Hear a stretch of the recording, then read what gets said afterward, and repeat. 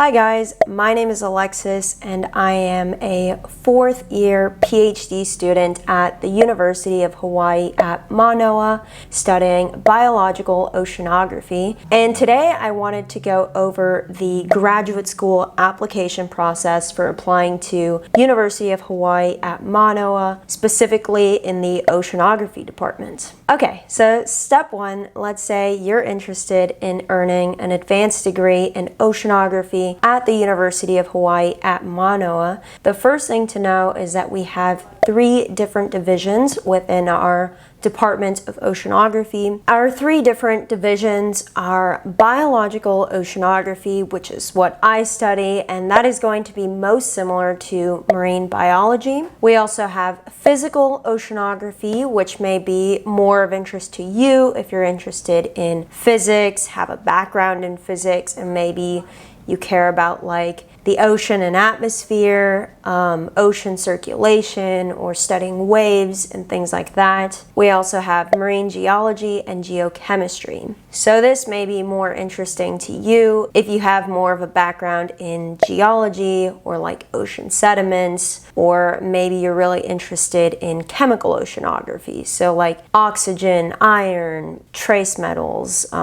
in the water column, things like that. So we have three different divisions in oceanography that you could apply to, and basically you would be choosing one of these three. We have two options for advanced degrees. The first is a master's degree, which is about 2 to 3 years and ends with this master's thesis that you produce, which is like equivalent to one scientific publication. And we also have a PhD program, which is around 5 to 7 years usually, so a little bit longer, and this will culminate in a PhD dissertation, which is kind of like a thesis, but a little bit longer and equivalent to like 2 to 3 or 3 to 4 scientific publications. So like a thesis, but a little bit longer. It'll have multiple chapters. You can think of this dissertation as one large project with 3 different smaller projects within it that all are around like the same sort of central theme or central research topic. So whether you're going in as a master's student or PhD student, each subdivision is going to have the same course load. So master's students will be taking all of the same courses as the PhD students, and incoming PhD students will be taking the exact same courses if they're in the same like subdivision as the master's students.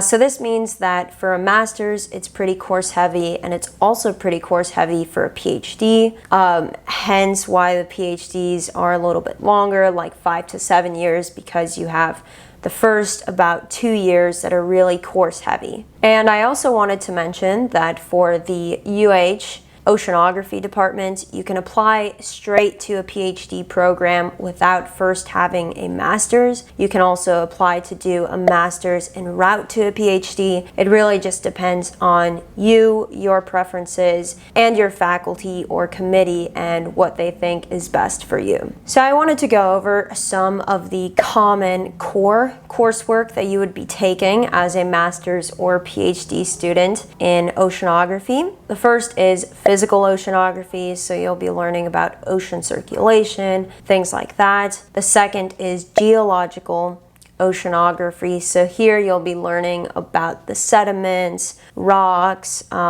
think of it more as like geology in the ocean, bottom of the ocean things. Chemical oceanography, which is a really key component to understanding oceanography, especially if you're a biologist, because animals require like nutrients, oxygen, all of these chemicals that they rely on, biogeochemical cycles, so you'll learn a lot about that in this course. And if you're not in biological oceanography, you should be at least taking one of these, which is biological oceanography or marine microplankton ecology. So this is focused more on like phytoplankton and smaller animals in the ocean. You can also take ecology of pelagic marine animals or benthic biological oceanography. So it's important to note, if you're a biological oceanography student, you're going to be taking all of those bio-ocean courses, but if you're outside of the division, then I believe you only take like one of those. But basically in pelagic, you're going to be learning about animals that live in the water column. So this includes like fishes, squids, which we call like micronecton, and zooplankton. Benthic is going to focus more on things that are associated with seafloor environments, so the deep sea, coral reefs, all of the things that aren't living in the water column. You will also have the opportunity to take some elective courses that are outside of these core courses listed here, and you can choose from a large range of topics. So if you want to learn more about the physical side of it,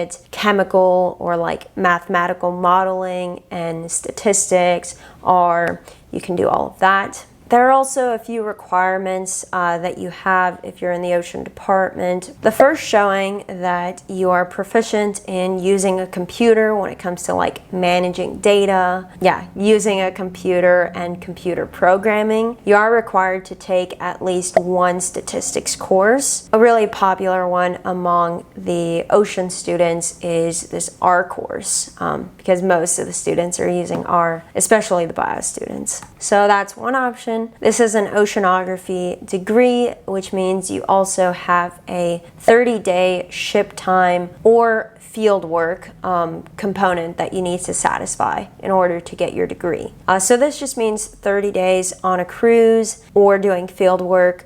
Field work is more like if you're studying coastal things. So let's say you're not going out on a boat for like a really long time in the middle of the ocean. Maybe your work is more coastal. So just 30 days of like field work. Okay, so now that you've learned a little bit about what the oceanography department at UH Manoa is like, the next step is going to be contacting faculty members to get a sense of whose research aligns with what you're interested in doing in graduate school, as well as who is taking on new students. So finding a faculty member is going to be like the single most important determining factor in whether or not you get into this graduate school program. And this is because you need someone who's going to agree to work with you, to supervise you, mentor you throughout your graduate school program. And it's important that you find someone that does work that aligns with your own interest,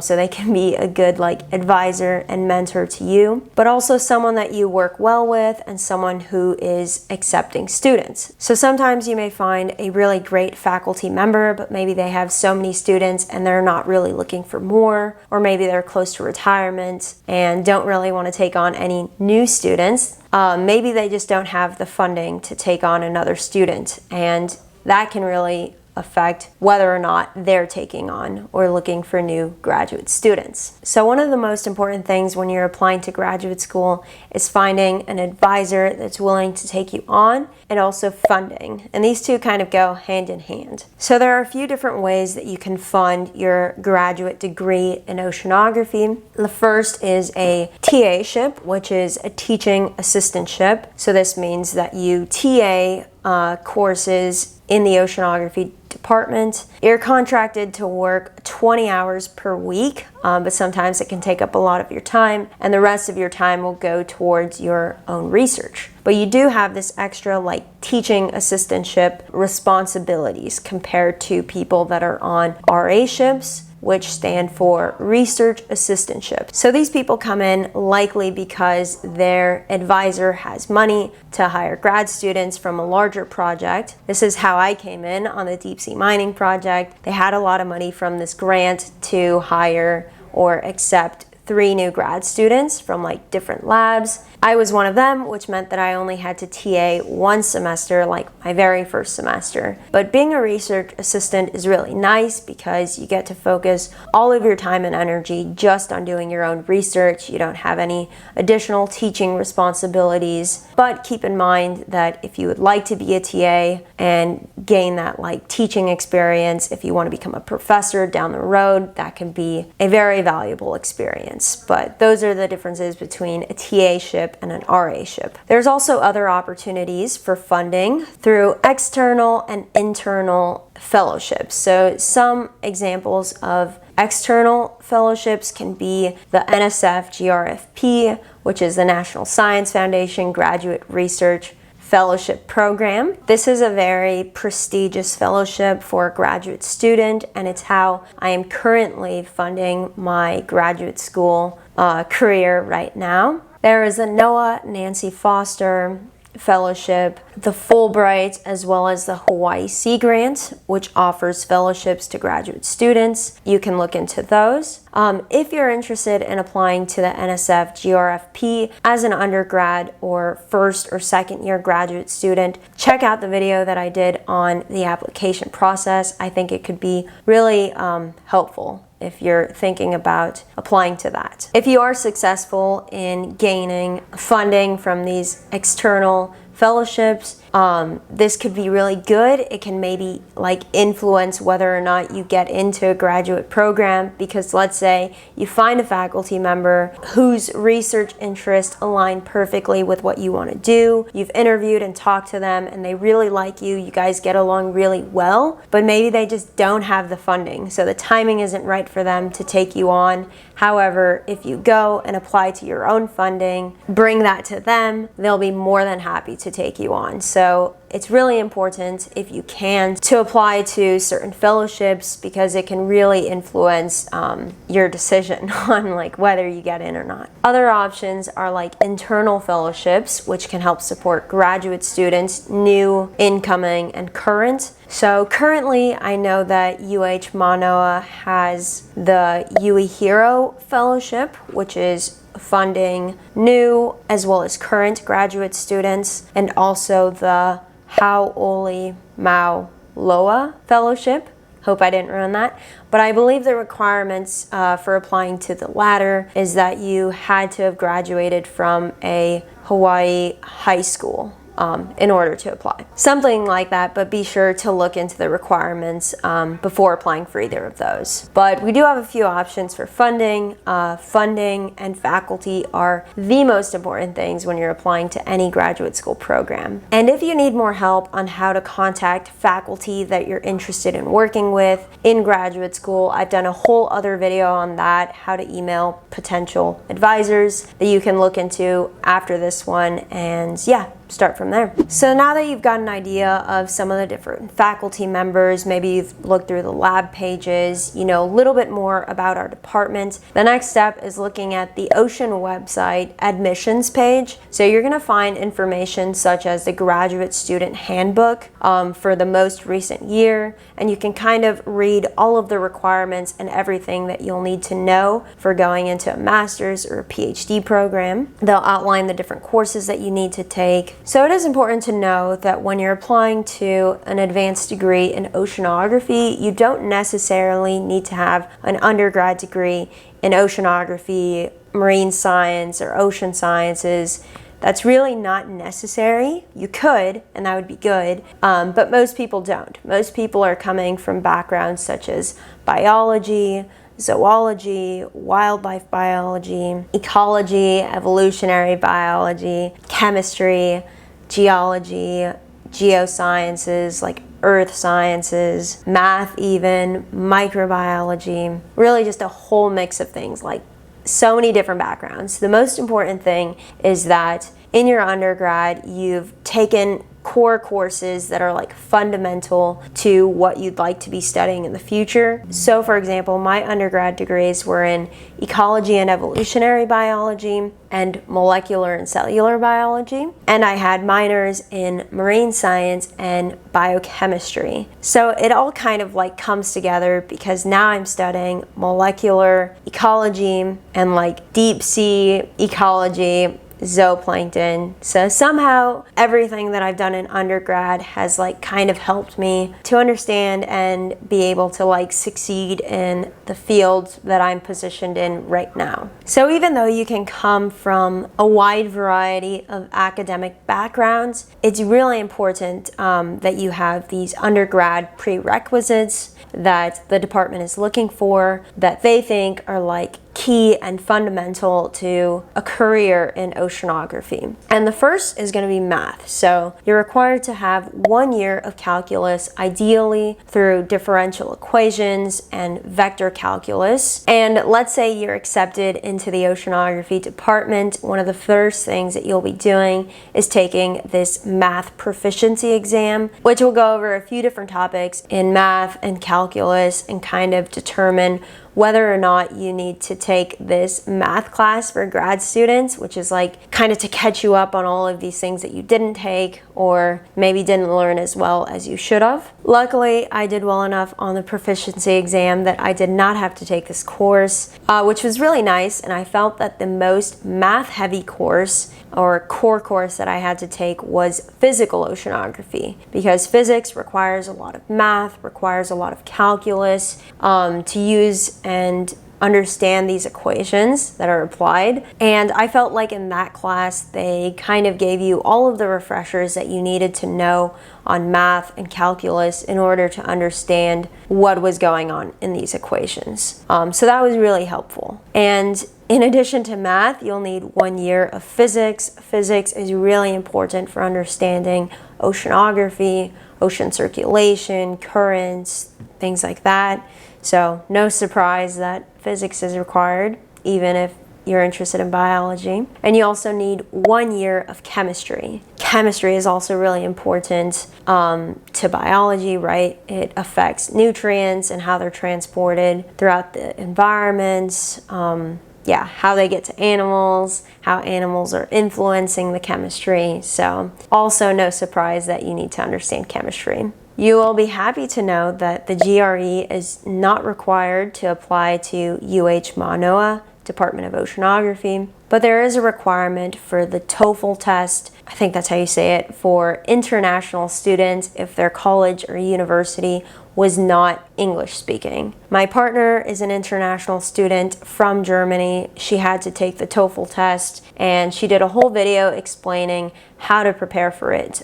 So you can check that out a bit later if it applies to you. But the next thing that I wanted to go over was the actual application process and application portal. It's important to know that if you're applying to the Department of Oceanography, you need to first apply to the University of Hawai'i Graduate Division, which is like the overarching grad school application, as well as the department-specific, the Department of Oceanography application. So 2 different applications, and you want to make sure that you're doing both of them for your application to be considered complete. So the grad division application is going to be more broad, more of an overview. It's going to ask for your general application information, contact information, previous degrees, as well as which department you're applying to, which is going to be oceanography in this case.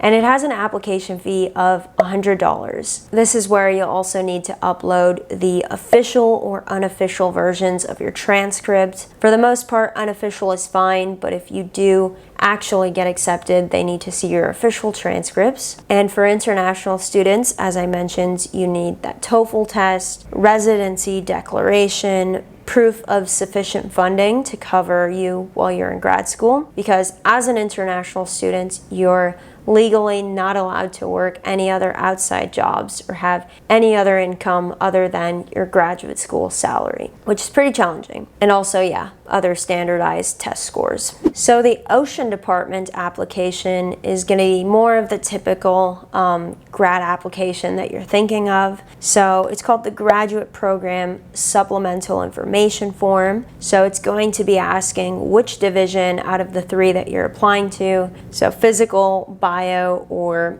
marine geology and geochemistry. Are you doing a master's or a PhD? It's also going to ask for contact info and undergrad degrees, as well as any fellowships, awards, and honors. So think of it as like the things that are in your CV. They're going to ask for which ocean faculty that you've contacted and been in communication with. So that's why it's really important that you've contacted, emailed, Zoom chatted, or had a conversation or some contact with faculty before applying. And they're also going to ask for courses that are in progress if you're a current college student or master's student.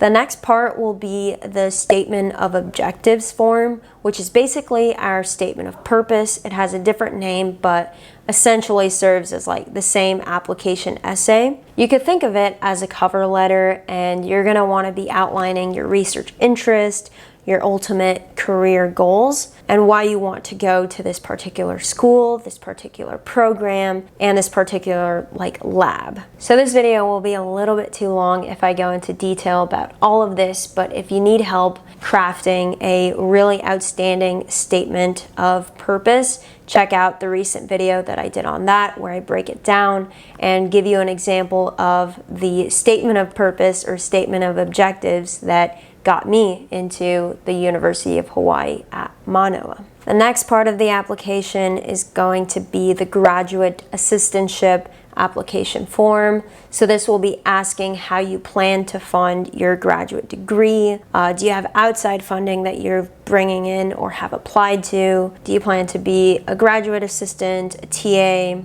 It's also important to know that the TA-ships will be given to current graduate students. They'll be prioritized as opposed to new incoming students. So as I mentioned earlier, it's really important that you're applying for that external funding so that you're able to mention it here when you're applying. You also need to submit letters of recommendation. So there should be 3 letters from faculty or previous advisors, people that know you and can really strongly recommend you for this graduate program. You kind of fill out the information in the top of this form, and the letter writer will fill out the rest. So the letter writer should be submitting this form, not you.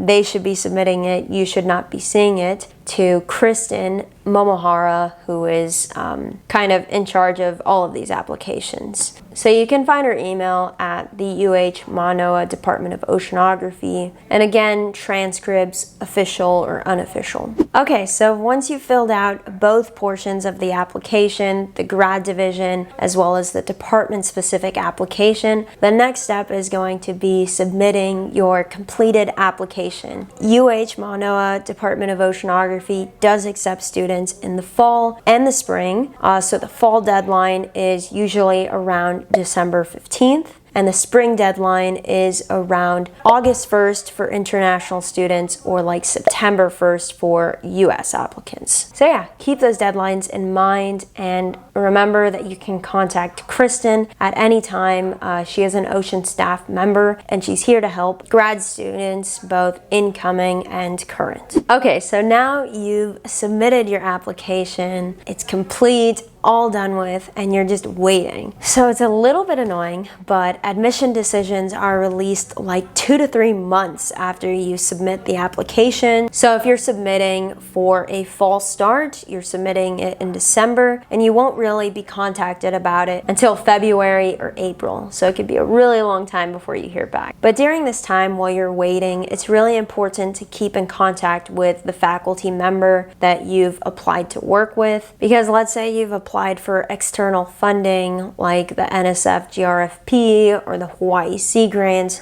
If you do receive that and hear back confirmation that you've received it, you can always email the person again hey, I've received this fellowship, I've secured my own funding. Yeah, if they liked you enough and what you're interested in falls within their area of expertise, then I'm sure they'll be more than happy to take you on as a grad student. But yes, keep in mind that a lot of the times funding is one of the most important major determining factors in whether or not you're accepted into grad school. So receiving a fellowship, or let's say the faculty receives a grant funding, can actually reverse an admission decision. So keep in contact. Okay, so that is basically how you apply to the Department of Oceanography at University of Hawai'i at Manoa. And if you're interested in learning more about the department or the application process, please check out the department website that I'll link to in the description below, because here you can read more about the graduate school admission process. You can find graduate school application resources, which are workshop video series that I and other graduate students have done about the graduate school application process and the different parts of the application process, such as contacting faculty, finding funding, interviewing, and if you find yourself needing a little bit more help applying to the oceanography program, then we also have a ocean grad school mentorship program, which is new. We've just started it, and it will basically pair incoming applicants with current graduate students, ideally with like a similar interest or a similar subdivision, and this mentor can basically meet with you a few times while you're applying and help you out with how to contact faculty, how to choose a research topic, interviewing, emailing, and how to write your statement of purpose and stuff like that. So I think this is a really great program. If you have no idea about the application process or would like a little bit more help and guidance, then you should definitely sign up for this program. It's kind of just on a rolling basis right now, I believe. So as people apply to it, they'll get matched, and yeah, we'll go from there. But yeah, thank you guys so much for watching this video. I hope you found it helpful. And if you have any more questions about the application process, grad school life, or life here in Hawaii, don't hesitate to reach out to me. You can leave a question in the comment. You can also email me. My email will be shown on the screen. But yeah, I'm more than happy to help you out with this process if you're interested in studying oceanography like me in Hawaii. Thank you guys so much, and I'll see you in the next one.